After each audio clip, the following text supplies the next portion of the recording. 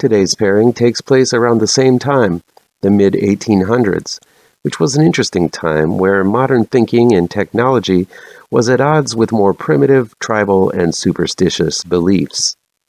It makes for a great setting for a horror film, as evidenced by these two. The Cursed is a wonderfully nuanced and mysterious take on the werewolf genre, which remembers its folk horror and witchy roots. This is M.L. Miller Frights Best in Horror Countdown 2021 through 2022. Counting down the best in horror films released from October 1st, 2021 through September 30th, 2022. According to me, M.L. Miller. Here we go. Number 23. The Cursed, aka 8 for Silver, was released on February 18th, 2022. It's streaming on Hulu. It's directed and written by Sean Ellis. After murdering a group of gypsies that claimed rights to his land Baron Seamus Laurent, played by Rogue One's Alistair Petrie, brings a curse upon his family and the people of the village he lords over. When a group of children are drawn to where the slaughtered gypsies are buried, they unearth a set of silver dentures that unleash a curse of the werewolf upon the small village. Pathologist John McBride, played by Logan's Boyd Holbrook, arrives in the town to investigate a series of attacks from a monster that lives in the surrounding forest and how it ties in with Seamus's missing boy, who disappeared in the night after being bitten by the silver dentures. The Cursed is an expansive and detailed period piece, the likes of which we normally don't get in the horror genre.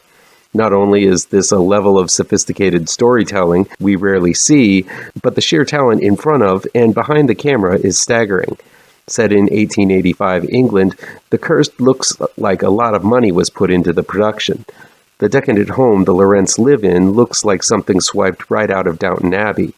Much detail was made to make this look and feel like a story set in the late 1800s. This air of authenticity serves as a backdrop for some heinous werewolf action and horror. With Gothic manners, fog-covered hills, townsfolk brandishing pitchforks and torches, The Cursed feels like a modern Hammer film. Clocking in at just short of 2 hours, The Cursed packs a whole lot of horror into its narrative. There are evil scarecrows, witchy gypsies, creeping vines and tendrils, and of course one hell of a werewolf. Not only relying on the claws and fangs, Ellis incorporates all kinds of folk horror aspects into this one, making the thrills come from all directions at once. While I do feel that the nightmare sequences leading to the dreamer jumping to consciousness is repeated a few times too often, it does highlight the fact that the entire village is suffering from this curse. Once the werewolf does show up, it's a force to be reckoned with. Ellis uses practical effects, and while he shies away from doing a transformation sequence, he does offer up an autopsy scene that is absolutely horrifying. Ellis incorporates some fantastic body horror elements to his werewolf story that reminded me somewhat of John Carpenter's The Thing in many ways, as the werewolf bite is infectious and threatens to spread through the whole village. This autopsy scene stands out as one of the more horrific scenes in recent memory. Filled with stellar English actors, Boyd Holbrook stands out as John McBride, a pathologist who has dealt with this type of horror before. He's a strong leading man, though he also has that generic hero look that makes him more interchangeable with leads like Jai Courtney, Sam Worthington, Joel Kinnaman, and their ilk. Alistair Petrie is wonderful as the arrogant land baron who refuses to admit that he has done anything wrong by killing the gypsies encroaching on his land. And while her role is not entirely important to the story, Eden Lake's Kelly Riley plays the role of the grieving mother who has lost her child to the werewolf plague extremely well. Even the smaller parts feel like they're being played by talented and wizened actors. The werewolf itself is quite impressive. It's not your typical woolly beast, not completely CG, but shown only in snippets and obscured by scenery or in the background. When you do get a glimpse, it's quite terrifying. A snarling, hairless, white lump of flesh and muscle in the shape of a wolf. While the attacks are heavily edited and obscured, enough of the beast is shown to indicate the brutality and monstrosity of it. I can truly say I haven't seen a werewolf look like this before, and with all of those werewolf films out there, That's a true achievement. With a potent monster, tertiary threats of scarecrows, witches, and creeping vines, and some vicious-looking silver choppers, Ellis incorporates all kinds of images you don't normally get in a werewolf film. His vision is bigger than just a hairy beast roaming the moors. It's got that aplenty, but also relies on strong character acting and excellent sequences filled with tension to convey a truly memorable lycanthropy tale. The Cursed makes the werewolf genre feel fresh by expanding on the mythos while honoring its mystical past and the atmospheric landscape it comes from, resulting in one of the best modern werewolf movies you're bound to see. This one comes highly recommended, especially if you're like me and have been waiting not so patiently for a good werewolf flick to be made. While it's not perfect, Raven's Hollow delivers the gothic goods and manages to shed some fictional light on the early years of one of horror's greatest scribes. Raven's Hollow was released on September 22nd, 2022. It's streaming on Shudder. It's directed by Christopher Hatton and written by Christopher Hatton and Chuck Reeves. It's 1827, and a young Edgar Allan Poe is a cadet in the U.S. Army. When Poe and his fellow cadets happen upon a crucified man whose dying word is Raven, they believe he's referring to the nearby village of Raven's Hollow. When the cadets return the body to the village, the townsfolk deny knowing him.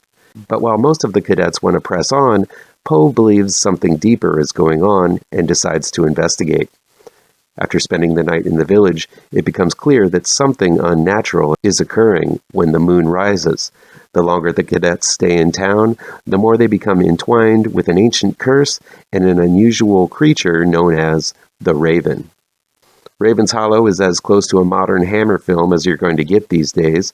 Everything about the way this film looks feels authentic and accurate. The setting feels lived in, giving it the look of an old-school Western. The button-down costuming and rigid and boarded-up buildings make every person feel guarded and standoffish, and every corner feel like it hides something mysterious and dangerous. This is a film oozing with atmosphere and proves to be the perfect place that would inspire someone like Poe. This is not an accurate portrayal of Poe as a cadet, though.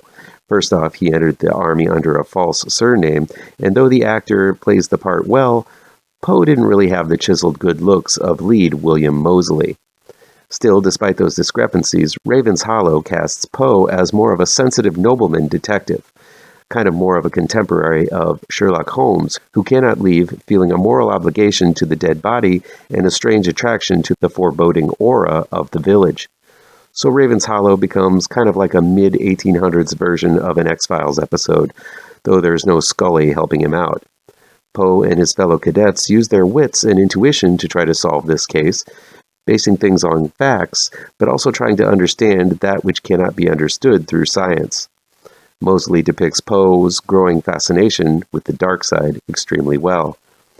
There is a bit of a hodgepodge of facts that occur in Raven's Hollow that I felt was kind of sloppy. Being a writer myself, I understand that real-life events are always the greatest inspiration to any kind of writing, but having so much of the subject matter explored in Poe's greatest works occur in the short span of time this movie covers is a bit of a stretch. Everything from Poe's fascination with ravens, being buried alive, his opium addiction, his lost loves, and specific names of characters are seemingly taken from these 3 or 4 days he spent at Raven's Hollow. I get it. This is a movie that wants to thrill you every time Poe says Raven or Nevermore, or the presence of characters named Lenore or Usher. It's supposed to give the viewer that instant recognition of Poe's later works. But the more that occurred, the less effective they were, to the point where I was rolling my eyes a bit when the shoutouts became too on the nose. Still, this is a very strong mystery thriller, and when it dives into horror, the film works. There's some fantastic creature design of the Raven itself, which I can't find an image of. Still, I'm kind of glad I couldn't, because it's best left discovered on your own. The gruesome state of the bodies definitely give a Seven vibe, especially due to the focus of what the cadets can discover afterwards through their investigative ways. As I said before, Moseley is strong in the lead, even though he seems more chivalrous and dashing than what we think of when we hear the name Edgar Allan Poe. The rest of the cast is strong too, but not many of Poe's fellow cadets get much screen time. This feels like a cast that may spawn more than one star, as many of the actors have strong charisma. I especially liked Callum Woodhouse, Michael Guest, Mathis Landwehr, and Kyle Rowe as the cadets. David Heyman and Kate Dickie were great as the ominous town elders, and I liked Oberon K.A. Ajipong as the man named Usher, who dumps a lot of exposition, but does so without it feeling clunky. Melanie Zanetti plays the apple of Poe's eye, and she gives a complex performance as the mysterious Charlotte. Raven's Hollow gets a bit schmaltzy towards the climax. I get it that Poe was a romantic, but I feel the way he falls head over heels for Charlotte is a bit overzealous and felt rushed. Yes, it gives more meaning and depth to the story, but Poe's passion becomes extraneous. That said, the overall product is an impressive one, and while the film skips ahead to Poe's writer days, I would have definitely checked out another film following Mosley as the dashing detective with a bleeding telltale heart. While the film has its rough spots, Raven's Hollow delivers a very foreboding and convincingly dark gothic detective horror film worth experiencing. As always, feel free to agree, disagree, or give me your own picks for your favorite horror movies. It's October, so let's talk horror.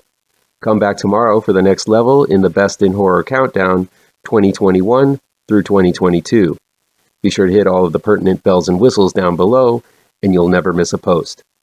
Happy Halloween, folks.